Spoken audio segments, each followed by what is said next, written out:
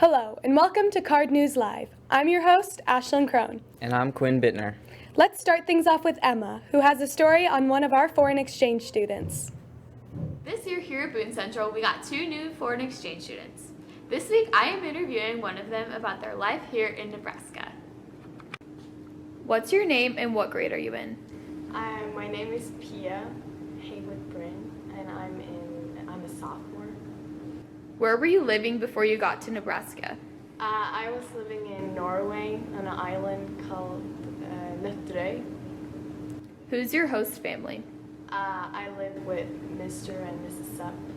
What's the biggest change for you when it comes to school? It's kind of different to have like the same schedule every day, and like school sports and stuff, that's also different. We don't have that. What made you want to become an exchange student? My dad, he went on an exchange to Colorado when he was at my age, and he told me a lot of fun stories, and yeah, he made me want to go. What's your favorite school lunch? I like mostly everything. Like I'm not picky at all, and I will eat probably everything. It's hard to pick one. What are you most excited for this school year? I'm excited for prom, and like homecoming was fun, or color day was fun. Yeah. Can you tell me a fun fact about yourself? I'm allergic to peanuts.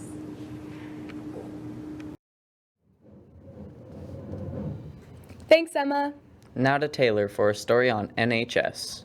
Boone Central's National Honor Society has been busy over the last few weeks as they held their annual mystery dinner at Owen Dodds' house on Saturday, October 15th.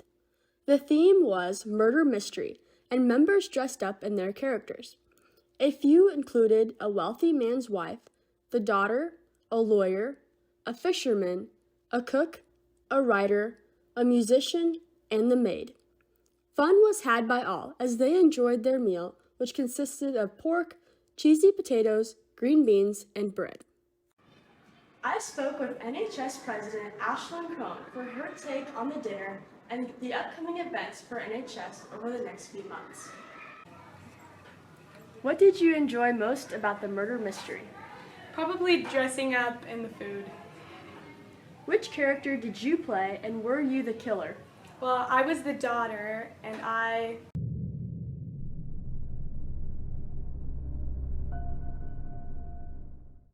What do the next couple months look like for NHS and your activities?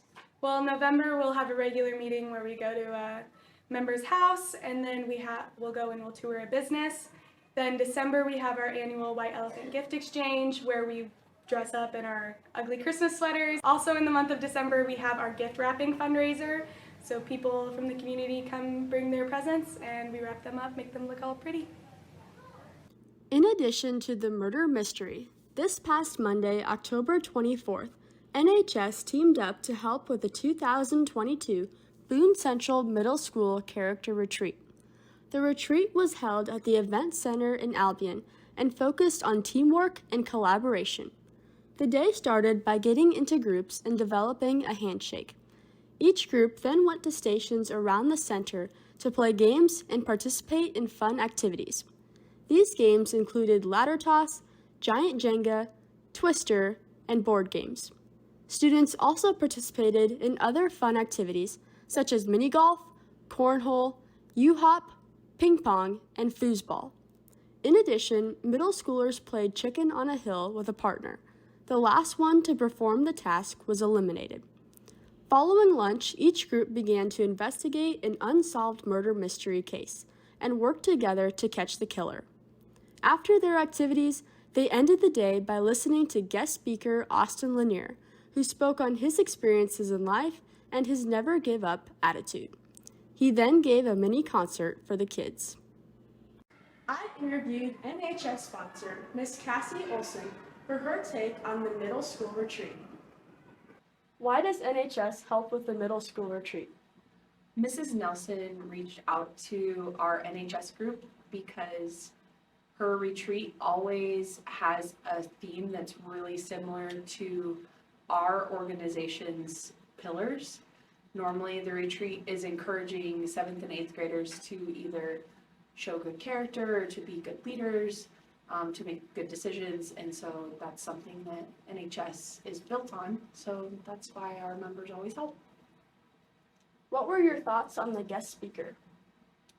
He had a really good message for the middle school, and I feel like for you guys, for our high school kids too, that we're helping, to never give up even if obstacles come your way. And he was pretty talented too. A wide array, his soccer skills, I feel like his rapping and then beating Sam at ping pong. It was pretty entertaining, I think. What is your favorite thing about helping with the middle school retreat? I like watching you guys as high school students interact with kids that are younger than you and getting to see how pretty blatantly obvious, some of them really look up to a lot of you. And just, it's really neat as a teacher to watch you all in kind of the teacher role for a day, getting to experience, what is for a lot of us in this building our everyday job. And it's really rewarding to watch you guys.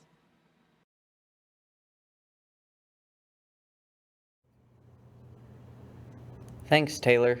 Next, Quinn and Caden have a story on Mrs. Gaunt's fish. Hello, I'm Quinn Bittner, and in this story, me and a friend, Caden Nygren, will tell you about Mozambique tilapia.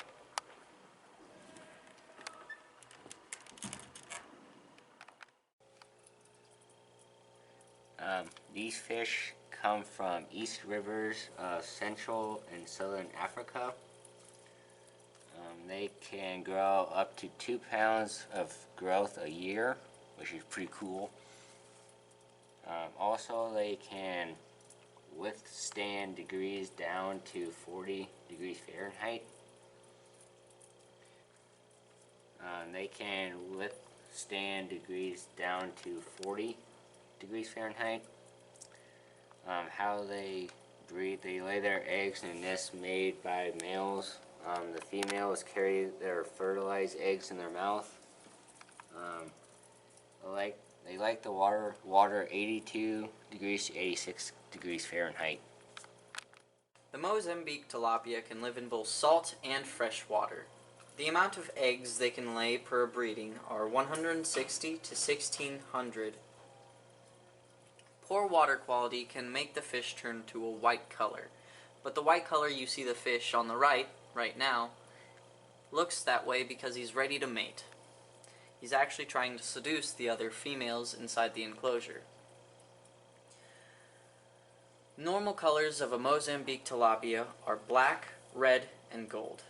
And it's also said that if you raise a Mozambique tilapia in the right conditions and cook it correctly, that it'll taste flaky, mild, yet sweet. Me, personally, I would put that on toast. That was our story on Mozambique tilapia. Thank you for tuning in. See you next time.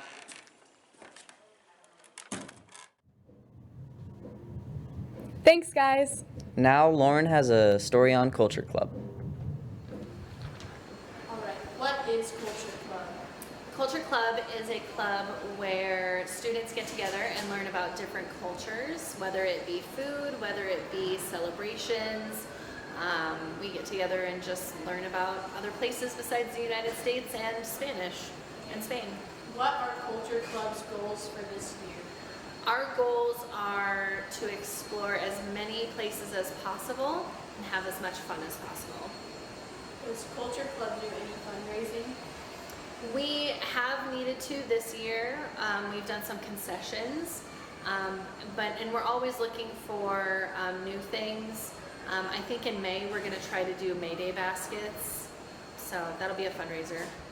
Does Culture Club have any events planned? We have lots of events planned. Actually, We have cookie decorating class that's going on November 3rd.